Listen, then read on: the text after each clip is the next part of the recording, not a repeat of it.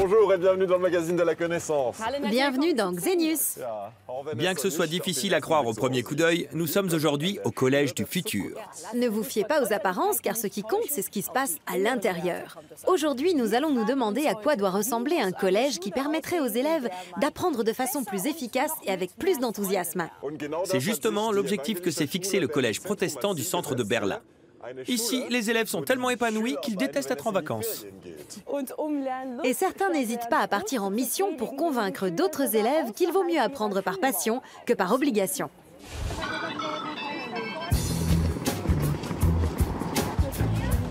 Huit jeunes experts de l'éducation, originaires de Berlin, s'apprêtent à sillonner l'Allemagne pendant 10 jours.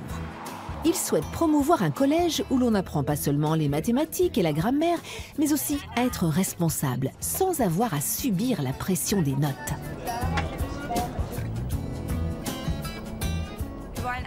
On veut faire bouger les choses au sein du système scolaire allemand parce qu'on pense que ça ne peut plus continuer comme ça. J'aimerais que d'autres élèves puissent bénéficier des mêmes cours que nous, parce qu'ils leur serviront dans la vie. Je pense que beaucoup d'élèves aimeraient fréquenter notre collège, parce que l'enseignement y est plus libre, mais sans aller dans l'excès. On y apprend quand même plein de choses. Il nous permet d'affirmer notre personnalité et d'avoir plus confiance en nous. Je veux faire en sorte que le système éducatif allemand soit totalement restructuré. Ces élèves du collège protestant du centre de Berlin considèrent leur établissement comme étant le meilleur du pays. Ils souhaitent convaincre d'autres villes allemandes d'emprunter à leur tour de nouvelles voies en matière d'éducation. Leur démarche est soutenue par la directrice du collège et par le chercheur en neurosciences Gerald Hüther. Tous deux plaident pour que les élèves réalisent eux-mêmes les projets qui leur tiennent à cœur. Je pense que de nombreux Länder allemands seraient prêts à soutenir notre démarche, car nous respectons la législation en matière d'éducation. La mission de base de l'école est de faire des élèves des citoyens responsables. Et c'est aussi la mission de notre collège. L'école est là pour prôner et renforcer la démocratie. Et ce n'est pas en farcissant la tête des élèves de cours plus ou moins interactifs, débités par un enseignant pendant 3/4 d'heure, qu'elle atteindra son objectif. Au XXIe siècle, nous n'avons plus besoin de braves citoyens, mais de personnes créatives et audacieuses. Et comment les former? Certainement pas en leur faisant cours. Apprendre par passion plutôt que par obligation. Telle est la devise des collégiens missionnaires. Prochaine étape, Schweigern, une commune du Bade-Wurtemberg. Il est 19 h, plus qu'une petite heure avant le début de leur intervention. Dans les coulisses, la tension monte. Les collégiens ont encore quelques détails à régler.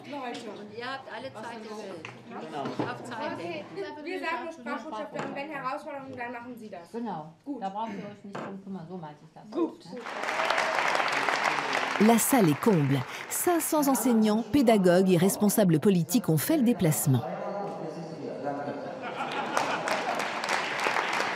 Les élèves se motivent les uns les autres pour se donner du courage. C'est l'heure de quoi maintenant?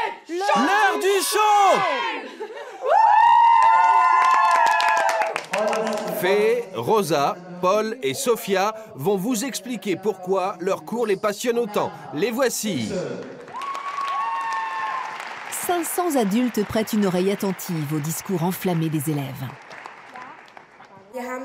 Nous avons de super matières comme le projet responsabilité dont nous allons également vous parler. Nous évoquerons ensuite le projet défi. Dotés d'une maîtrise et d'une assurance absolue, les élèves mènent la discussion avec brio. Ici, ce sont eux les experts. Mais il y a quelque chose d'encore plus captivant, c'est le projet défi. Exactement. En classe de 4e, 3e et seconde, on a 3 semaines pour se trouver un défi personnel à relever en dehors de Berlin, la ville où on vit. Par exemple, l'an dernier, j'ai séjourné 3 semaines dans la forêt. J'ai dû me débrouiller seul avec 9 autres adolescents pendant 3 semaines dans les bois.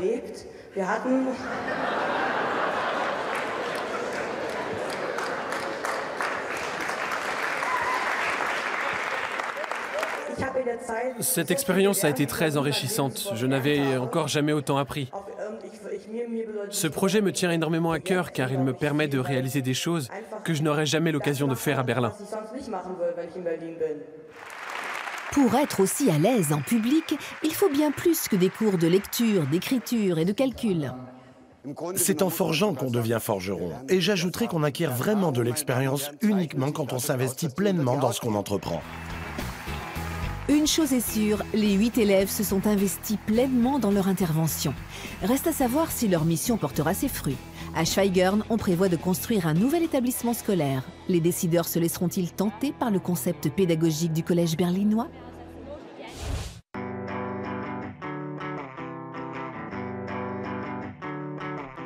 Nous allons maintenant vérifier si les cours de ce collège plaisent vraiment aux élèves qui le fréquentent. Pour cela, nous allons assister à un cours de la classe 10C, assuré par Madame Kröger. Et pendant que Dörte se joint aux élèves, je vais pour ma part assister leur enseignante pour voir comment elle parvient à motiver ses élèves. Choisissez des arguments dans la liste et surlignez-les. Bonjour. Excusez-nous, on est en retard. Nous voici donc au cours de sciences naturelles. Ici, on aborde aussi des thèmes d'actualité. Les élèves devaient lire chez eux cet article de journal à propos de Chypre. Là-bas, on lutte contre une maladie héréditaire en ayant recours au diagnostic génétique et à l'avortement. Nous allons maintenant former les différents groupes. Nous avons d'abord la famille Staphylides, dont un ou plusieurs enfants sont atteints de thalassémie. Nous avons ensuite les détracteurs étrangers, puis le ministère des Finances, et enfin les prêtres de l'église chypriote. Les différents rôles ont maintenant été distribués. Et vous, quel est le vôtre? Je vais jouer le rôle de l'animateur, je suis là pour animer le débat. Un peu comme moi, quoi. Oui, exactement. Vous pouvez d'ailleurs participer. Volontiers. Vous serez le deuxième animateur. Rejoignez vos groupes, s'il vous plaît. Je vous laisse 15 à 20 minutes pour trouver des arguments qui correspondent à la mentalité de votre groupe.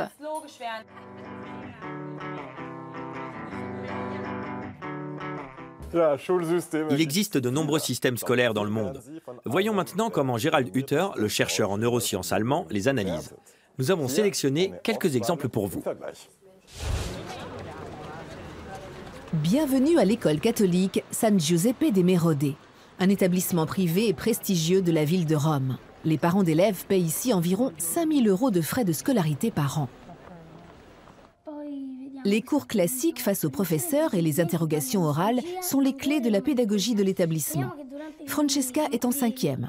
Aujourd'hui, son professeur l'interroge sur le sentimentalisme dans le mouvement littéraire du romantisme. Un sujet difficile. Mais Francesca a bien appris sa leçon et son professeur est satisfait. Combien de temps, toutefois, la jeune fille va-t-elle supporter ce bachotage acharné? Tous les après-midi, Francesca bénéficie d'une aide aux devoirs jusqu'à 4 heures par jour. Non pas parce qu'elle est incapable de s'en sortir seule, mais parce qu'elle n'a souvent aucune envie d'apprendre ses leçons par cœur. Cela est dû à l'enseignement proposé aux élèves dans cet établissement. Un des points fondamentaux de cette pédagogie est que les élèves sont obligés d'apprendre quelque chose. Or, la base de l'enseignement consiste avant tout à donner envie aux élèves d'apprendre, et non pas de les y contraindre. Pour cela, il faut donc avoir recours à d'autres méthodes. Chez l'enfant, l'envie d'apprendre est innée, mais elle est bien souvent inhibée par son passage à l'école. Des études scientifiques ont démontré que notre cerveau est capable de retenir uniquement tout ce qui nous touche émotionnellement. L'apprentissage sous la contrainte serait en revanche peu productif. Le cerveau n'est pas un muscle. Il ne peut donc pas être soumis à un entraînement. Il retient uniquement les informations qui lui semblent importantes et met de côté tout le reste. Le lycée Malherbe de Caen, en Normandie. Une véritable usine à savoir qui compte 2000 élèves. Leur objectif, décrocher le baccalauréat à l'issue de l'année de terminale pour pouvoir ensuite étudier à l'université. Quant à ceux qui espèrent être reçus dans une grande école, ils n'ont pas d'autre choix que d'obtenir les meilleures notes. Ici, c'est le bachotage qui prime. Ce système a pour conséquence que de nombreux élèves obtiennent certes de bons résultats, mais qu'ils ne s'intéressent absolument pas à ce qu'ils apprennent. Et c'est justement ce qui peut leur arriver de pire. Je dirais même que c'est la plus horrible des méthodes d'apprentissage. Ces élèves ne se passionnent plus pour rien. Tout ce qui les intéresse, c'est d'obtenir une bonne note. Ces élèves-là, en revanche, sont loin de se soucier des notes. On pourrait même croire qu'ils passent leur temps à s'amuser. En effet, l'école néerlandaise des Ruimte se passe de salles de classe, mais aussi de programmes scolaires préétablis. Ici, ce sont les élèves qui décident du contenu et de l'aménagement de leur emploi du temps. Jeux, promenades à vélo, comédie musicale, tout est possible, peu importe le volume et le temps que cela nécessite. Mais le plus étonnant dans cette école, c'est qu'elle ne fait appel à aucun enseignant. Ou en tout cas pas au sens strict du terme. Ici, ce sont des accompagnateurs qui interviennent auprès des enfants, mais uniquement si ceux-ci l'exigent. Un modèle pédagogique poussé à l'extrême qui déplaît à de nombreux parents, mais qui incite tout de même à réfléchir sur le rôle des enseignants. Cela rejoint assez bien la notion de coach spécialisé dans le développement du potentiel. Ce concept part du principe que chaque enfant renferme en lui un potentiel, une faculté qui doit être développée. Et pour pouvoir extraire le potentiel qu'il a en lui, un enfant a besoin d'une tierce personne qui lui façonne un cadre, lui prépare en quelque sorte le terrain et l'invite, l'encourage, lui donne envie d'extirper tout ce potentiel qu'il a en lui. D'une certaine façon, cette personne joue le rôle de sage-femme. Si l'enseignant joue un rôle clé dans l'éducation, un savant équilibre entre autonomisation de l'élève et respect de règles préétablies est également déterminant.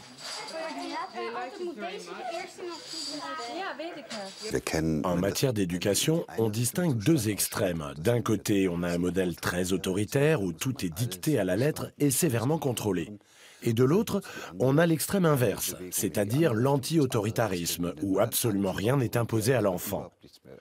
On peut en conclure que dans le premier cas, l'enfant ne peut pas bien se développer, car il manque d'espace.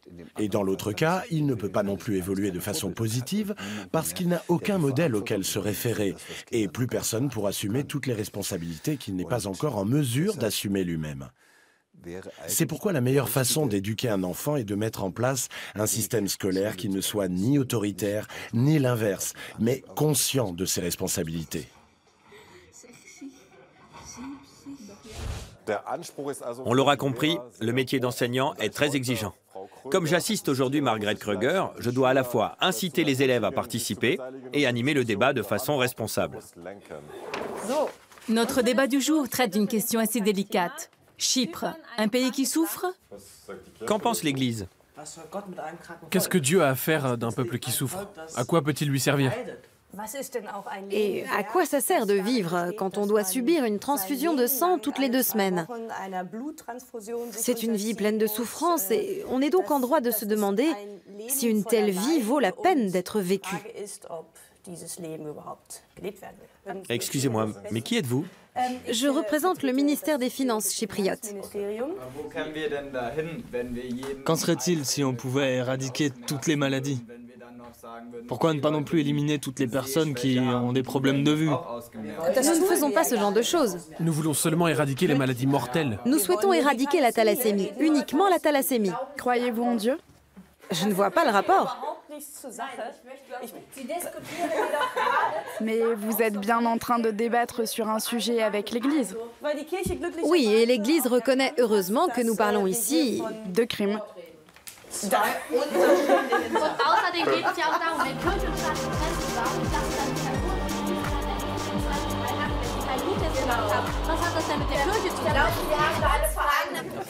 Je vous remercie pour ce passionnant débat.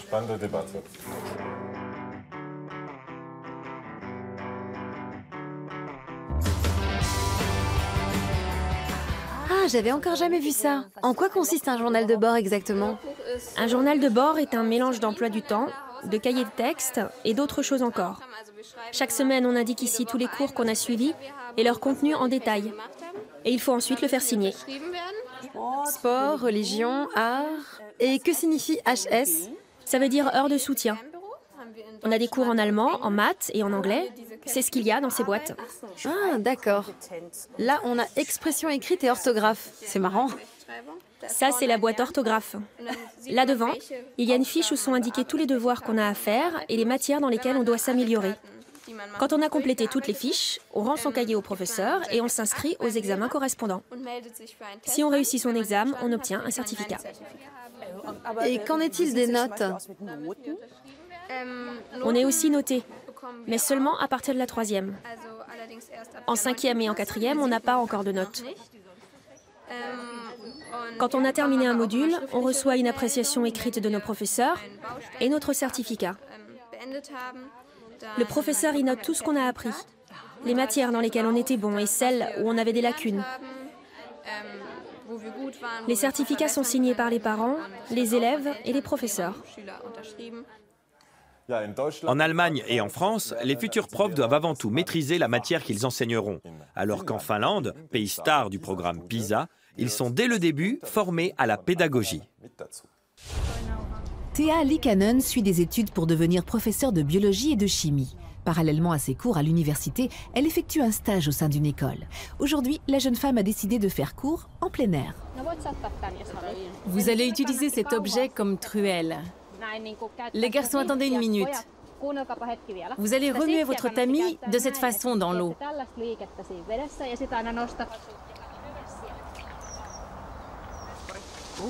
Ça doit en être un. Passe-moi la pince. Je suis sûr qu'on va en trouver d'autres. Observons-le d'un peu plus près. Là, il est sur le dos. Ah, le voilà à nouveau sur ses pattes. L'école Vikin Normalikulu, située dans le nord d'Helsinki, accueille des élèves du CP à la terminale. Cet établissement travaille en étroite collaboration avec l'université. Les futurs enseignants peuvent y faire leurs premières armes. Pour dynamiser son cours de biologie destiné à une classe de 5e, Thea ne manque jamais d'imagination.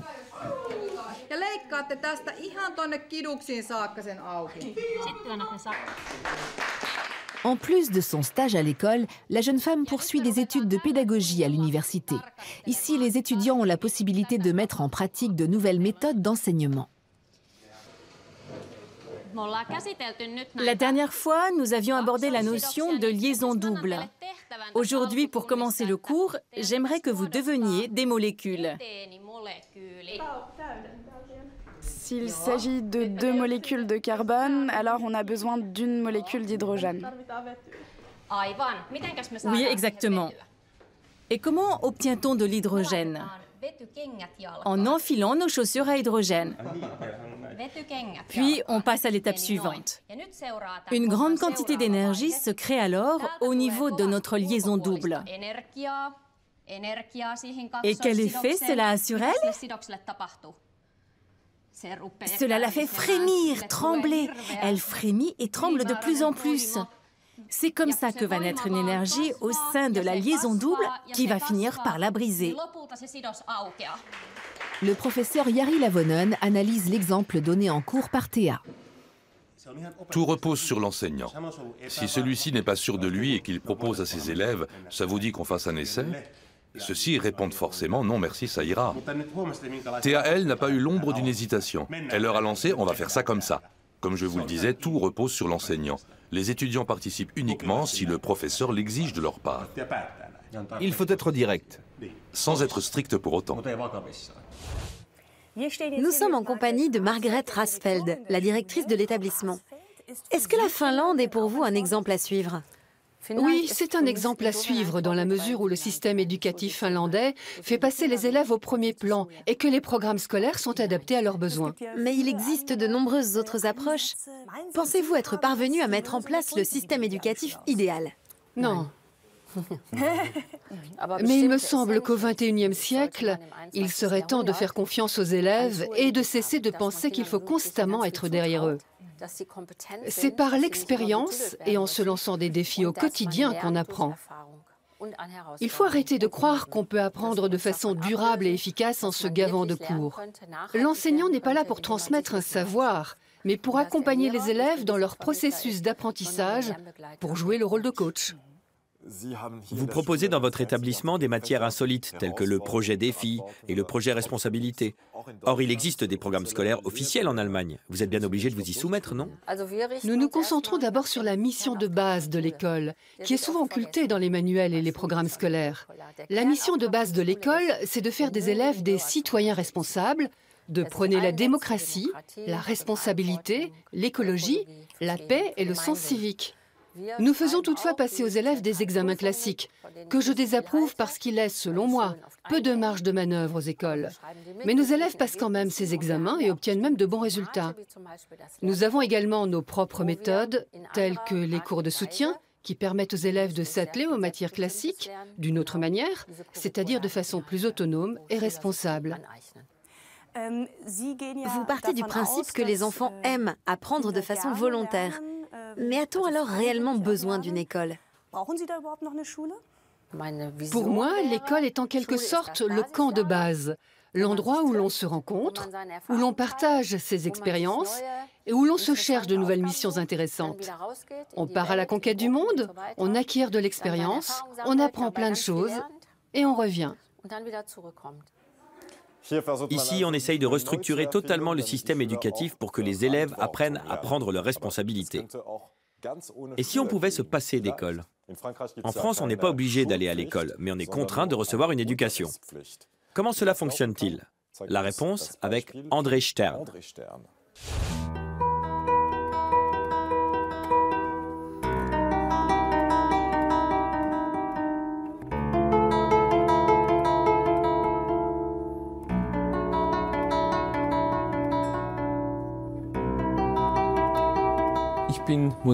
Je suis musicien, guitariste, compositeur et je co-dirige une compagnie de théâtre. Je suis également maître luthier, journaliste et auteur. J'ai grandi à Paris. Mes parents côtoyaient tous les deux des enfants au sein de leur milieu professionnel. Et c'est comme ça qu'ils ont compris que les enfants n'avaient pas besoin d'influence extérieure pour évoluer. Ils avaient une entière confiance en nous et ils ont décidé de ne pas nous inscrire à l'école. Nous n'y sommes donc jamais allés. Mais ils n'ont pas non plus cherché à remplacer les professeurs qu'on aurait pu avoir. Mes parents n'ont jamais joué le rôle d'enseignant. Personne ne nous a jamais rien enseigné.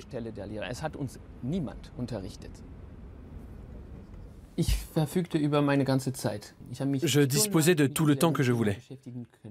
Je pouvais consacrer des jours, voire des semaines entières à un même thème. Quand j'ai commencé à m'intéresser à l'art de la dinanderie, à l'âge de 12 ans, j'ai dévoré tous les ouvrages spécialisés dans ce domaine. Je ne pensais qu'à ça et mes parents ont fini par me trouver un maître dinandier qui a accepté de me former à son art. J'ai longtemps pensé que je finirais moi-même par exercer cette profession. Mais ça n'a finalement pas été le cas, car j'ai découvert la musique et me suis adonné pleinement à ma nouvelle passion.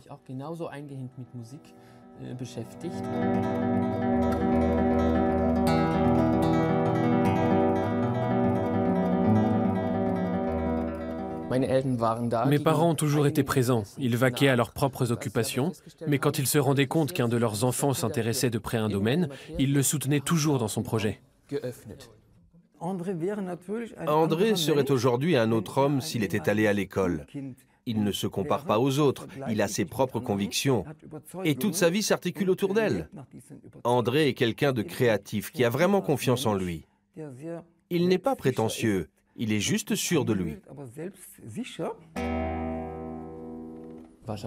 Il est clair qu'aujourd'hui, il me manque certaines choses, mais je ne m'en rends pas compte parce que je mène une vie heureuse et équilibrée. Il m'arrive bien sûr d'avoir des lacunes dans certains domaines, mais je parviens toujours à les combler. Un jour, je me suis rendu compte que la guitare de mes rêves n'existait pas et qu'il fallait que je la fabrique moi-même.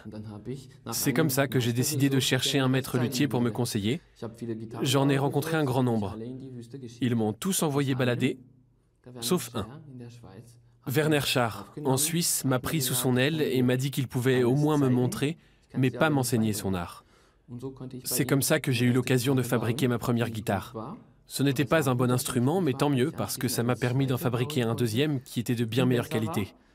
J'ai fini par devenir moi-même luthier. Je suis aussi devenu le collaborateur de Werner Schaar, et nous travaillons ensemble encore aujourd'hui.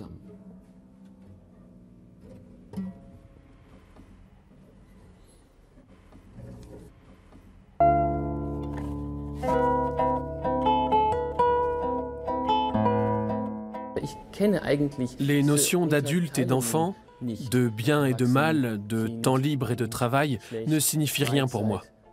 Et surtout, je trouve totalement absurde et artificiel de distinguer le jeu de l'apprentissage. Je ne compte pas non plus inscrire mon enfant à l'école, à moins qu'il le veuille absolument.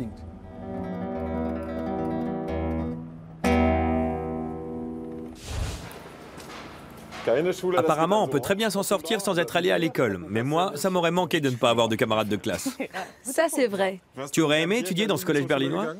Eh ben, je dois avouer que cette histoire d'apprentissage autonome me plaît assez. Mais j'aurais bien échangé quelques matières. Lesquelles? À la place des maths et de la religion, j'aurais préféré des cours de logique et d'éthique. L'important, c'est de rester curieux. Exactement. Alors continuez à vous instruire en notre compagnie. À la prochaine. Au revoir.